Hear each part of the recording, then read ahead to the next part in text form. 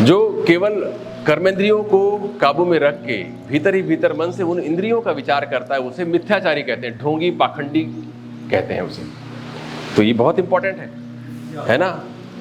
तो आप बाहर से इंद्रियां तो रोक लिए हैं, लेकिन मन में विचार कर रहे हैं उन चीज़ों का, तो आप पाखंडी ढोंगी से आपको कोई लाभ नहीं होगा। बहुत लोग इंद्रियों का ख्याल करते रहते हैं, बाहर से रोक के रखते हैं, जैसे उपवास कर रखे हैं, अब भीतर ही भीतर वेट कर रहे हैं कि 9 दिन कब खत्म हो तो रसगुल्ला और पूड़ियाँ कब खाऊं मैं, है ना। पूड़ी और खीर खाने का अवसर कब मिलेगा, ये ध्यान में रखे हुए हैं नवरात्रि खत्म होने का। तो ये तो मिथ्याचार हो गया, है ना। थोड़ा शारीरिक लाभ तो हो जाएगा उपवास से, लेकिन जो मानसिक स्तर पर लाभ होने की संभावना थी उससे आप वंचित रह जाते हैं, ठीक है ना। तो इसके लिए गीता कहती है कि मिथ्याचारः स उच्यते, उन्हें मिथ्याचारी कहा जाता है।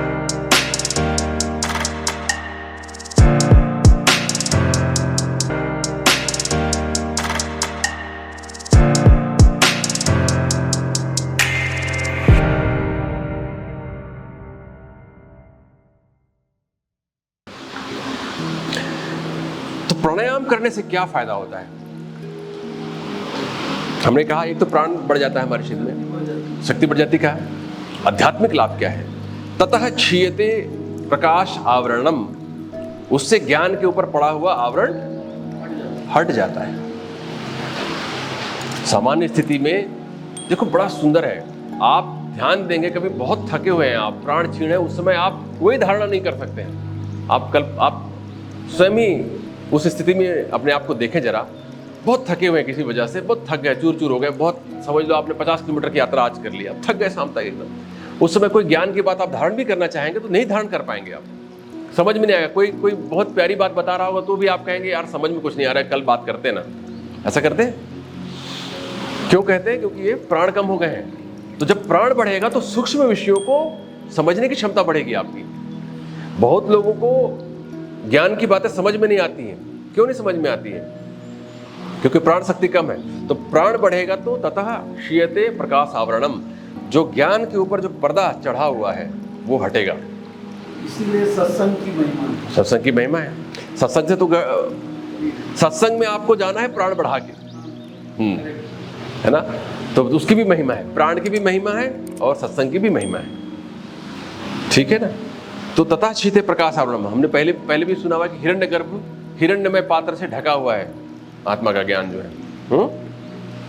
और इस सूत्र हमने जो पिछले बार भी कहा था आपको, कठोपनिषद का प्रथम अध्याय के तृतीय वल्ली का 12वां सूत्र याद आ रहा है? क्या था वो? गूढ़ो आत्मा न प्रकाशते दृश्यते त्वा अग्रया बुद्धिया सूक्ष्मया सूक्ष्मदर्शी भी सर्वभूतेषु गूढ़ो आत्मा न प्रकाशते। यह जो आत्मा है वो सभी के भीतर समान रूप से विद्यमान है, फिर भी वो प्रकाशित नहीं होता, दिखाई नहीं पड़ता है। किंतु तू अग्रया, अगर कोई ध्यान करे तो बुद्धि सूक्ष्म हो जाती है और सूक्ष्म बुद्धि के द्वारा उसको देखा जा सकता है। लेकिन सूक्ष्म बुद्धि होगी तभी जबकि प्राण बढ़ेगा। सब आपस में रिलेटेड है। ध्यान करने से भी बुद्धि सूक्ष्म होती है, और अगर कोई प्राण को बढ़ा ले तो भी जो गहरी बातें हैं, गहन बातें, उनको समझना आसान होता है। हाँ, क्योंकि मैंने बताया था इसी के भाष्य में कि शंकराचार्य जी ने कहा था कि ये कितनी गहन है ये माया जो है, और इसका था लगाना मुश्किल है, क्योंकि सब में समान रूप से विद्यमान है प्राण आत्मा, उसके बाद भी वो दिखाई नहीं पड़ती, उसकी धारणा करना असंभव है। सामान्य व्यक्ति को समझ में नहीं आता क्या बात हो रही है, क्या आत्मा परमात्मा की बात कर रहे हैं, क्या व्यर्थ की बातें हैं। यहाँ जो दिखाई पड़ रहा है वही सब कुछ है, लेकिन वो जो व्यक्ति ज्ञानी है उसके लिए उतना ही सत्य है जितना आपके लिए संसार सत्य है। उसके लिए आत्मा परमात्मा की बातें उतनी ही सत्य हैं जितने कि सामान्य व्यक्ति के लिए जगत की बातें सत्य हैं, है ना। वो उसको आप नींद से उठा के भी पूछेंगे तो वो उसी भाव में रहेगा, वो जो एक बार बोध को प्राप्त हो जाता है। तो ततः क्षीयते प्रकाश आवरणम। अच्छा, इसके अलावा और क्या लाभ हो जाता है? धारणासु च योग्यता मनसा, धारणाओं में भी मन की योग्यता आ जाती है। धारणासु, धारणा में भी मन की योग्यता आ जाती है। कहीं भी आप ध्यान लगाना चाहें, मन को स्थिर करना चाहें तो आसानी से ध्यान लगा पाएंगे, धारणा कर पाएंगे आप। स्टैंड। हाँ स्टैंड, नहीं तो मन आपका जो है कुछ सुन रहे हैं आप, सत्संग की बातें चल रही हैं, बहुत प्यारी बातें चल रही हैं जो आपके जीवन को बदल सकती हैं, लेकिन आपका ध्यान नहीं है तो आप कहीं और चले जाएंगे, ऑफिस चले जाएंगे, कहीं और चले जाएंगे, चूक जाएंगे। सब कुछ होते हुए भी आदमी चूक जाता है, सामने में सब कुछ होते हुए मिस कर जाते हैं, है ना। इसलिए एक सत्संग में जाते हैं तो वहीं से कोई व्यक्ति बोधी होकर निकल आता है, और कोई व्यक्ति जैसा रहता है वैसे ही आ जाता है। कई व्यक्ति और उपद्रव लेके आ जाता है, काम की बातें अपनी निकाल लेता है वहां से, एब्सेंट माइंडेड, है ना, अल्प, क्या कहते हैं उसको, अन्य मनस्क। तो उसके आगे है प्रत्याहार। अब हम लगभग दूसरे 2 श्लोक बचे हैं, 2 सूत्र बचे हैं, यहाँ खत्म करेंगे। स्व विषय असंप्रयोगी चित्त स्वरूप अनुकारः इव इंद्रियाणाम प्रत्याहारः। इंद्रियों का अपने विषयों से संपर्क कट जाने पर चित्त के स्वरूप का अनुगमन सा कर लेना प्रत्याहार है।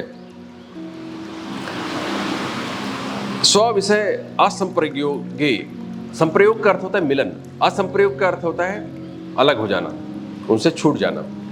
स्व विषय असंप्रयोग, अपने विषयों से जब इंद्रियां छूट जाती हैं, अलग हो जाती हैं, तो चित्त का अनुकरण करने लगती है, चित्त के स्वरूप जैसे हो जाती हैं वो, तो इसे प्रत्याहार कहते हैं। ये परिभाषा पतंजलि मुनि ने दी है। वैसे आप इसका और अर्थ निकाल सकते हैं, प्रति और आहार। आहार का अर्थ है भीतर लेना, जो हमने पहले भी पढ़ा है। आहार का अर्थ जो भी चीज़ हमारे भीतर जाती है वो आहार है। प्रति आहार, उल्टा देना, वापस कर देना, लौटा देना, उलट देना। तो इंद्रियां जो है निरंतर ग्रहण करती रहती हैं। हमारी जो जितनी भी सेंस ऑर्गन्स हैं, they are always receiving something. हमारे 5 इंद्रियां, ठीक है ना, 5 इंद्रियां हमेशा भीतर ले जाने वाली हैं। किसी तरीके से आप उनको उलट दें और बहिर्मुखी कर दें, अंतर्मुखी की तरह बहिर्मुखी कर दें, बाहर कर दें उनके मुख को, तो ये प्रत्याहार कहलाएगा, ठीक है ना। तो ऐसा अगर कर सकें तो इंद्रियां जो है चित्त के स्वरूप वाली हो जाती हैं। आपने चित्त को शुद्ध कर लिया है तो शुद्ध रूप में हो जाती हैं वो। लेकिन कई लोग जो है वो नहीं कर पाते हैं, तो वो बाहर इंद्रियों का दमन करते हैं। बाहर इंद्रियों का दमन करेंगे, चित्त का नहीं कर रहे हैं आप, तो उसको क्या कहते हैं?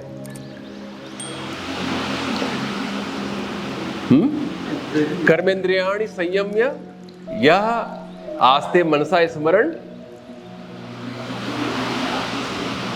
अहंकार नहीं, क्या है, नहीं वो नहीं है। इंद्रियाणार्थ विमूढ़ आत्मा मिथ्याचारः स उच्यते, है ना। जो केवल कर्मेंद्रियों को काबू में रख के भीतर ही भीतर मन से उन इंद्रियों का विचार करता है, उसे मिथ्याचारी कहते हैं, ढोंगी पाखंडी कहते हैं उसे। तो ये बहुत इंपॉर्टेंट है ना। तो आप बाहर से इंद्रियां तो रोक लिए हैं, लेकिन मन में विचार कर रहे हैं उन चीज़ों का, तो आप पाखंडी ढोंगी, इससे आपको कोई लाभ नहीं होगा। बहुत लोग इंद्रियों का ख्याल करते रहते हैं, बाहर से रोक के रखते हैं, जैसे उपवास कर रखे हैं, अब भीतर ही भीतर वेट कर रहे हैं कि 9 दिन कब खत्म हो तो रसगुल्ला और पूड़ियाँ कब खाऊं मैं, है ना। पूड़ी और खीर खाने का अवसर कब मिलेगा, ये ध्यान में रखे हुए हैं नवरात्रि खत्म होने का। तो ये तो मिथ्याचार हो गया, है ना। थोड़ा शारीरिक लाभ तो हो जाएगा उपवास से, लेकिन जो मानसिक स्तर पर लाभ होने की संभावना थी उससे आप वंचित रह जाते हैं, ठीक है ना।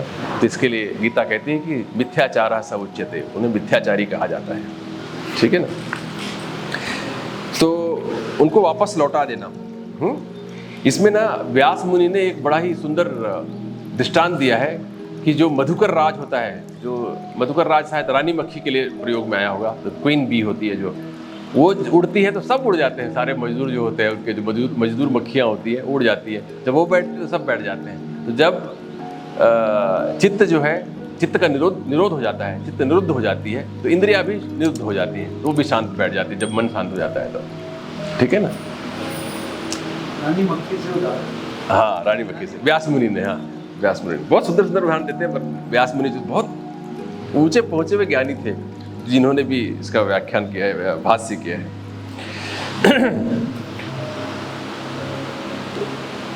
अभिलाष दास जी लिखते हैं, मन और इंद्रियों का स्थूल सूक्ष्म विषयों में मोटी झीनी माया में बहना मनुष्य का पतन है, और इस पथ में जीव को कभी विश्रांति नहीं मिलती, न मिल सकती है।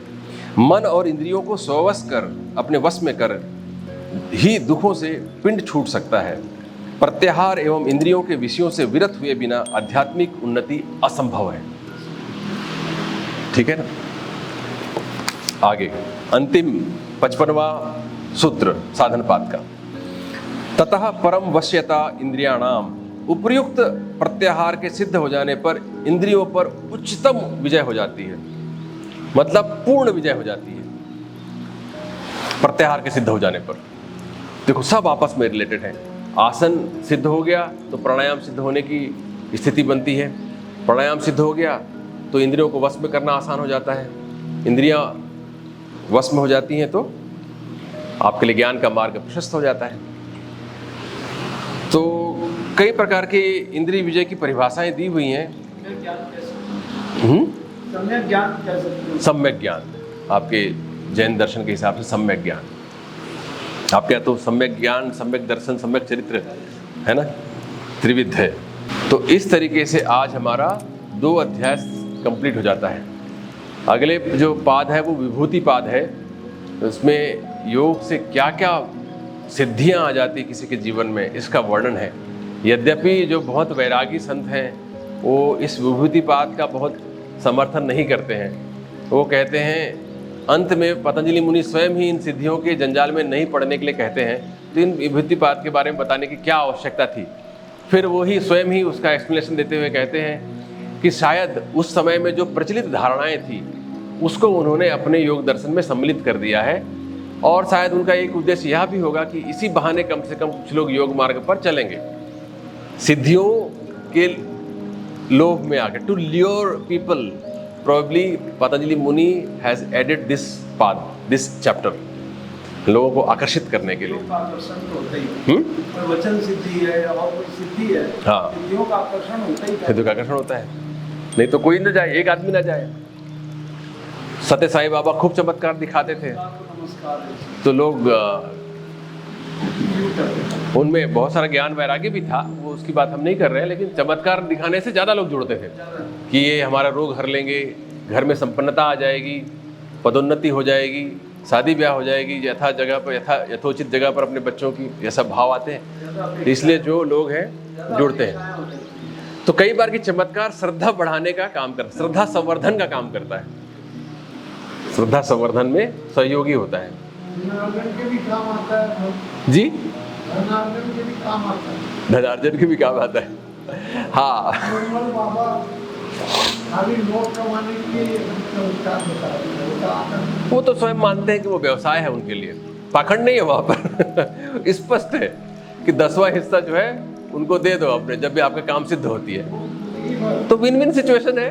आगे वाले का भी काम बन गया, आपका भी हित हो गया, क्या दिक्कत है। लोगों को परेशानी क्यों होती निर्मल बाबा से, मुझे आश्चर्य होता है। वो अपना काम कर रहे हैं, लोगों का भला हो रहा है, आप क्यों परेशान हो रहे हैं। वो तो पहले तो पैसा मांग नहीं रहे ना, जब सिद्ध हो जाएगा काम आपका, आपकी पदोन्नति हो जाएगी, नौकरी लग जाएगी, रोग हट जाएगा, उसके बाद अपनी सैलरी का 10वां हिस्सा मुझे दे देना। 10वां हिस्सा ही मांग रहे, आधा नहीं मांग रहे, नहीं तो बहुत चतुर हो तो आधा भी मांग ले। इसमें फिर कर्मसत्ता का क्या खेल? पहले तो पैसा नहीं लेते हैं, वो समागम में। नहीं, वो तो व्यवस्था की दृष्टि से चाहिए होता होगा। जब वो उतना बड़ा हॉल वगैरह लोगे, आप हायर करोगे, वहाँ पर गार्ड लगा के रखते हैं इतने सारे बाउंसर, तो उसके लिए तो जरूरत पड़ती होगी, खर्चे होते हैं। तो 2000 रुपये ले लिए तो कौन ज़्यादा ले लिए, तो लोग तो 2000 पार्टी में उड़ा देते हैं। एंट्री फीस है। तो मैं आपको सबको निर्मल बाबा के पथ पर चलने के लिए नहीं कह रहा हूँ, ठीक है ना, लेकिन मैं ये कह रहा हूँ कि उपेक्षा की जानी चाहिए इसकी, है ना। वो उनका जीवन है, उससे लोगों को लाभ हो रहा है, बहुत अच्छी बात है। अब होता भी होगा लाभ। हाँ, मतंगी धाम हम गए थे गोस्वामी जी के साथ में। 5000 मिलने का फीस है। हम लोग उस तरह वैसे जमीन ढूंढने गए थे तो मतंगी धाम मिला हमें यहाँ पर। तब सुना कि वहाँ पर देश विदेश से लोग आते हैं वहाँ पर यज्ञ करवाने। 25,000 रुपये का पैकेज होता है ना। वो शिव भगवान वाले हैं मोटे-मोटे। हाँ, वो उनका शिव अवधूत बाबा 25,000 वाले अवधूत बाबा, उनका बेटा भी है। 25,000 तो नहीं, देखो इनमें ना शक्तियाँ होती हैं, इसमें कोई साध नहीं है, गलत नहीं है, सबका अलग अलग है। हम एक ही डायमेंशन को देखेंगे तो नहीं, बहुत सारे डायमेंशन है इस जगत में, बहुत सारे डायमेंशन। तो सिद्धियां होती हैं, मंत्र से वो आपके सर्प के दंश के प्रभाव को हटा सकते हैं अगर कोई सिद्ध व्यक्ति हो तो। आपको snake anti snake venom antidote देने की जरूरत नहीं पड़ेगी, वो मंत्र से ही उस असर कम कर सकते हैं। वो इतने प्रभावी लोग हैं, गांव गांव में हैं। मेरे भैया जी से बात होती है, वो बैगा बोलते हैं, वो उनके पास पारंपरिक चला आ रहा है वो शक्ति, है ना। तो वो कुछ ऐसा करते, सामान्य चीज करते हैं और बात बन जाती है। रिसर्च हुआ एक जर्मन साइंटिस्ट के द्वारा 2.5 साल बचपन में हाँ, गुजरात के ऊपर में पूरा रिसर्च किया। बहुत है, वो सत्य है। और हम गांव में रहा करते थे बस्तर के, और वहां पर हर होली में बहुत सारे लकड़ियों को इकट्ठा करके होली जलाई जाती थी, और बड़े बड़े अंगारे ऐसे बिछा दिया जाता था सारे अंगारों को जलने के बाद में, और उसके ऊपर हमारे पिताजी भी चलते थे। सब लोग चल रहे हैं, किसी को कुछ नहीं होता था, किसी का पैर नहीं जलता था। कमाल है कि जल जाए किसी का पैर। और यहां से लेकर यहां तक फैलाया होता था, वहां ऊपर से लोग चलते थे उसके ऊपर में, किसी के पैर में एक फफोला तक नहीं आता था। वो जो वहां का जो बैगा होता था वो बांध देता था शक्ति को वहां के, किसी को फफोले नहीं आते थे। हम लोग चप्पल पहन के चलते थे, छोटे छोटे, हम लोग डर लगता था। तो वहां के बाकी सब गांव के लोग सब भी ना चप्पल के चलते थे उसके ऊपर में। शक्ति का बहुत बड़ा तो सर ये मुस्लिम लोग ज़्यादा ये शक्तियाँ मेंटेन, हाँ, मुस्लिम लोग बहुत शक्तियाँ मेंटेन करते हैं मुस्लिम लोग। अच्छा, आपकी मानसिक शक्ति। हाँ। तो ये है बातें बहुत सारी, तो जो कि सामान्य विज्ञान वहां तक नहीं पहुंच पाता है। तो ये भी एक विज्ञान है अलग में, अपने आप में विज्ञान है। ये तंत्र विज्ञान है, तंत्र विज्ञान वो है, सब कुछ है। हाँ, ये अलग बात है कि ये सब आपको मुक्ति नहीं प्रदान करते, तो इसको बहुत महत्व नहीं देते हैं वैरागी लोग जो है। जिनको मुक्ति के मार्ग पे चलना है, उन सिद्धियों के चक्कर में नहीं पड़ते हैं। उनके प्रदर्शन से उनके प्रति आसक्ति हो सकती है और नुकसान।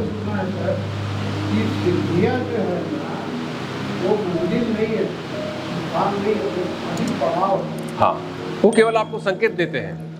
अधिकांश लोग वहाँ अटक जाते हैं। हाँ, वो इससे खत्म हो जाता है। हाँ, सफलता मिलने लगती है, लोग सम्मान देने लगते हैं, तो लोग उसको लगता है कि मेरे कारण हो रहा है। अहंकार विमूढ़ आत्मा करता हमिति मन्यते। मान का साया बढ़ जाता हाँ, है, मान का साया बढ़ जाता है। हाँ, हाँ। प्रकृति क्रियमाणानि गुणैः कर्माणि सर्वसा अहंकार विमूढ़ आत्मा करता हमिति मन्यते। तो करता हूँ ऐसा भाव आ जाता है। फेस रीडिंग करते हैं ना सर, हाँ। तो उनमें भाव आ जाता है मान का। बहुत सारी शक्ति है। अभी मैं एक देख रहा था, एक चैनल में आ रहा था, एक लड़की है 12वीं क्लास की शायद, वो ऐसे मोबाइल पे कोई चीज़ दे दो उसको, आंखें पट्टी 3 लेयर बांध के रख दिया गया आँख में, ऐसे मोबाइल पे हाथ रखती है अपना, वो बता देती है कि कौन व्यक्ति का है वो, सब बता देती है उसके बारे में, सब कुछ बता देती है वो लड़की जो है। आकाशी व्यास नाम की एक लड़की है, सब बता देती है। तंत्र विद्या पता नहीं कैसे उसने उसको हासिल किया है, वैसे रखती है हाथ, वो बता देती है कि ये इसमें कोई क्रिकेटर है मोस्ट लाइकली, बहुत पॉजिटिव एनर्जी आ रही है, बहुत स्फूर्ति वाला है, शायद महेंद्र सिंह धोनी की तस्वीर है, उनके साथ में कोई छोटा बच्चा भी है, उसकी उम्र करीब वही 10 से 8 साल के आसपास होगी, और वो बच्चे के पढ़ने में मन नहीं लगता है और वो परेशान रहती है उसकी माता, ऐसा सब बता देती है वो हाथ रख के। हाँ, वो शक्तियाँ हैं बहुत सारी, है ना, तो उसका निषेध नहीं है।